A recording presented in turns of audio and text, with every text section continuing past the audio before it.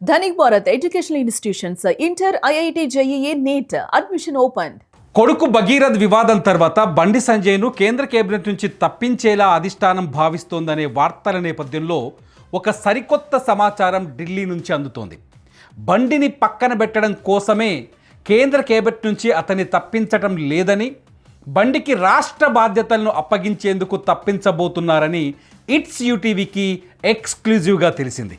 ఈ నిర్ణయంతో బండి గౌరవానికి ఏమాత్రం భంగం వాటిల్లకుండా చూడటంతో పాటు 2028 ఎన్నికలకు తెలంగాణలో బీజేపీని సమాయత్తం చేయాలనే ఆలోచనతో బీజేపీ జాతీయ నాయకత్వం ఈ నిర్ణయం తీసుకున్నట్టు తెలుస్తోంది. బండి భగీరథ్ విషయంలో సంజయ్ తీసుకున్న నిర్ణయాన్ని జాతీయ నాయకత్వం సమర్థిస్తోంది.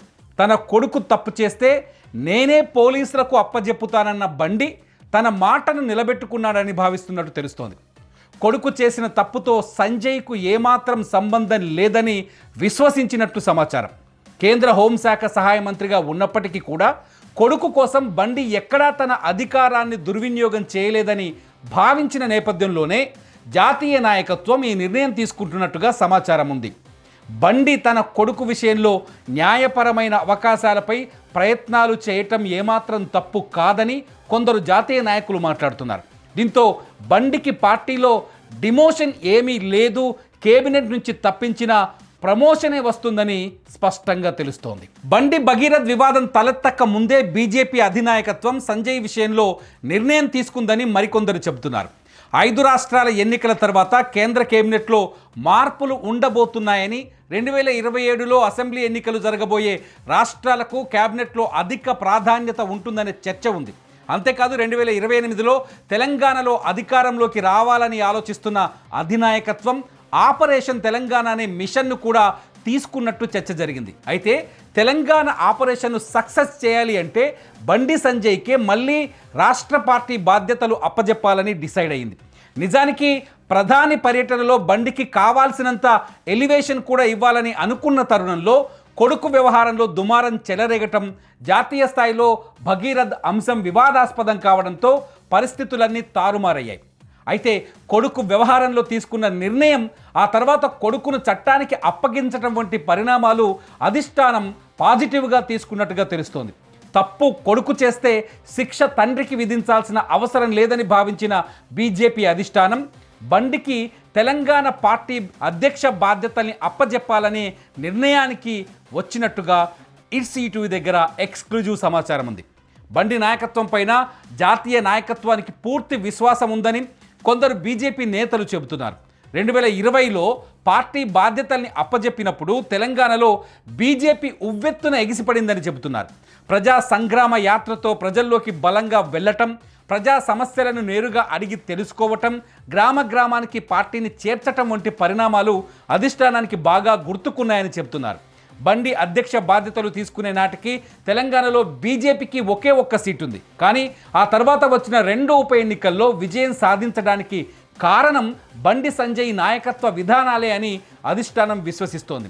అంగబలం అర్ధబలం ఉన్న బీఆర్ఎస్ను ఓడించి దుబ్బాక, హుజురాబాద్ ఎన్నికల్లో విజయం సాధించటం అంటే చిన్న విషయమేమీ కాదని అధిష్టానం ఇప్పటికీ చెబుతోంది. అంతేకాదు బండి సంజయ్ అధ్యక్షుడైన తర్వాత ఉత్తర తెలంగాణలో బీజేపీ బలంగా విస్తరించింది.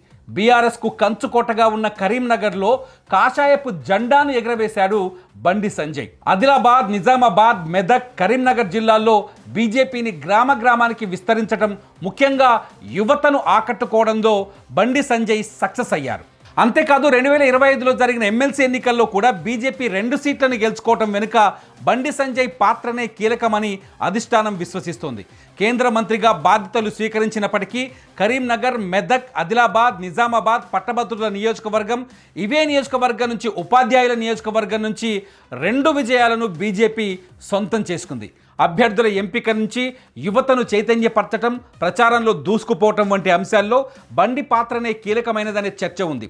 బండికి బాధ్యతలు అప్పగించిన తర్వాతే ఉత్తర తెలంగాణలో బీజేపీ బలోపేతమైందని అధినాయకత్వం విశ్వసిస్తోంది. 2023లో బీజేపీ గెలిచిన 8 ఎమ్మెల్యే సీట్లలో 7 సీట్లు కామారెడ్డి, నిర్మల్, సిర్పూర్, ముథోల్, ఆదిలాబాద్, ఆర్మూర్, నిజామాబాద్లో గెలుపు వెనుక బండి కృషి కీలకమైనదని అధిష్టానం నమ్ముతోంది. 2020లో బండి పార్టీ అధ్యక్షుడిగా పనిచేసిన తీరు కూడా అధిష్టానం గుర్తుపెట్టుకున్నట్టు కొందరు బీజేపీ నేతలు చెబుతున్నారు, జాతీయ నాయకులు ముఖ్యంగా. బీఆర్ఎస్ ప్రభుత్వాన్ని నిలదీయటంలో బండి విజయం సాధించారని, అంతేకాదు ప్రభుత్వ వ్యతిరేకతను క్యాష్ చేసుకోవడంలో కూడా బండి సక్సెస్ అయ్యారని చెబుతున్నారు. బండి పైన అధికార పార్టీ ఎన్ని కేసులు పెట్టినా, జైల్లో పెట్టినా ఏమాత్రం వెనకాడకుండా ముందుకు సాగారు. పట్టుబదలని విక్రమార్కుడిలా పార్టీ కోసం పనిచేస్తూ వచ్చారు.